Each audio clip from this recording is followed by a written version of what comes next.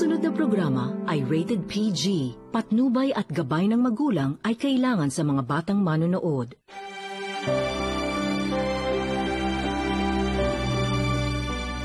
Ano? Nahanap niyo na si Andrea?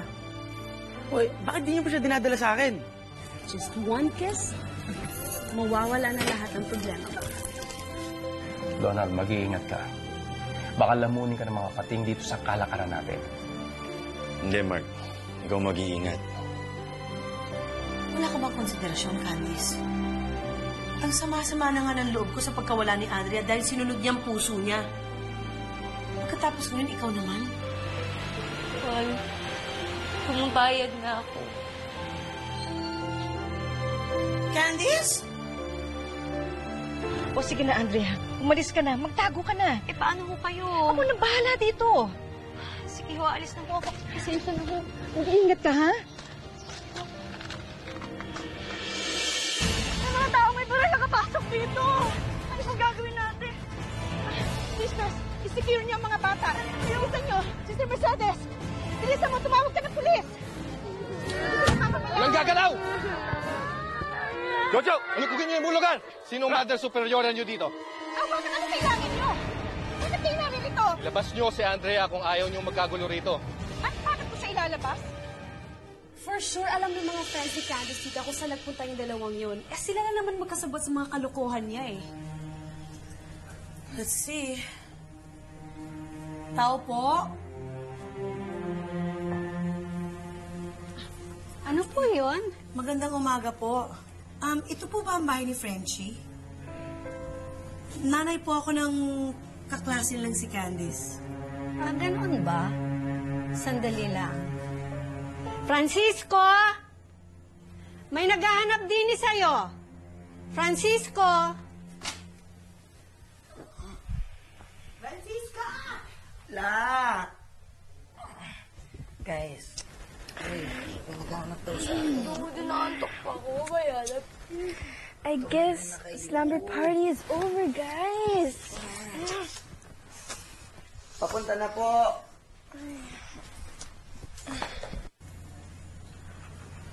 Ay, good morning po. morning po. Good morning po. Good morning. Morning. Nasaan si Candice? Hindi ko po alam eh. Umuwi po siya kaagad pagkatapos ng party. Alam kong umuwi siya. Pero alam ko rin na umalis siya ng madaling araw para makipagkita sa Paul na yon. Nagdanan sila? Romeo and Juliet lang ang peg. Nakakakilig naman yan. Pero, tita, hindi nga po. Nasaan po si Candice? Kaya nga kami nandito eh. Tinatanong namin kung nasaan. Teka lang ha. We are sure that you guys know kung saan nagpunta yung dalawang yun. Kaya sabihin yun ha. Nakakaya kay tita oh. Sorry po talaga, tita, pero hindi ko po talaga alam. Oo nga po eh. Kahit po kami nabigla, hindi naman po namin alam eh. Totally useless. Okay. Thank you. Mauna na ako. Tita, wait for me. No. Umuwi ka na muna, Shirley. I'll take it from here.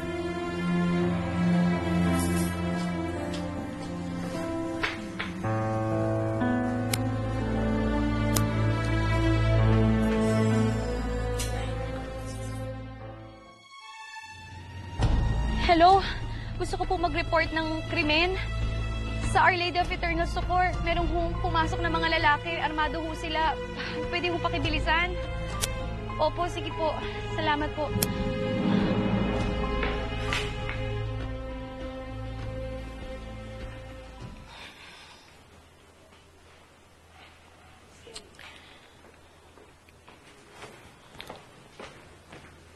Oh, ano na, lovely? Cannot be reach yung phone niya. I'm sorry. Nag-away na naman ba kayo? Ewan ko, ito nga tinatry ko rin eh. Alam mo, lately, lagi na kami nag-aaway, pero ngayon niya lang nagawa to. Hindi naman kaya gumimik tapos nakatulog o di kaya baka nag-out of town or di kaya na-aksidente? Ano ba? Alam mo, kakagaling ko lang sa kwarto niya. Wala na rin yung iba niyang gamit doon. Lumayas na siya. Lumayas? Kung kasama niya si Paul, aba, nagtanan yun. Ha?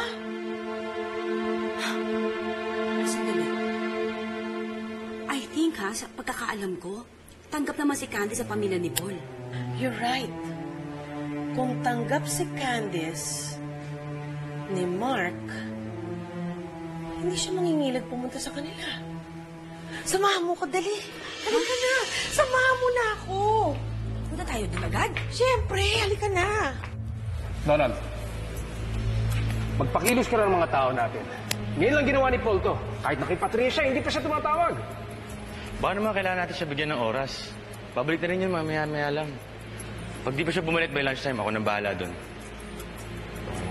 Thank you very much, Nonon. Ngayon pa kung kailan punong-puno ang mga appointments natin. Sige na.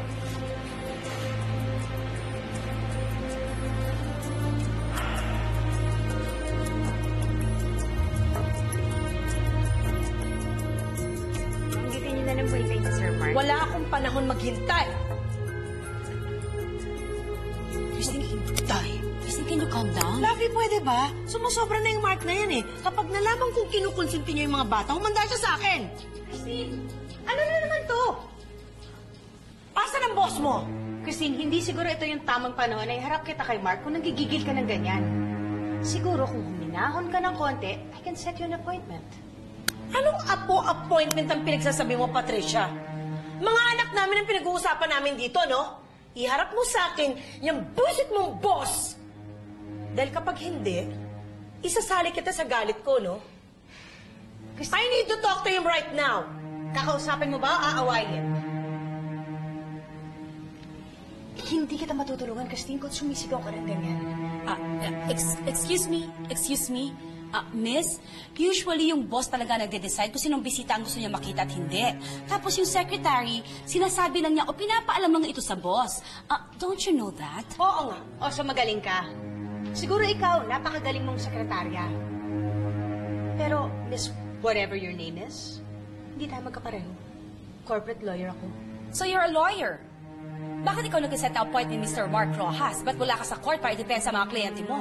At isa pa, the name of whatever your name is lovely. Just like this face. Huh? Yeah, Christine?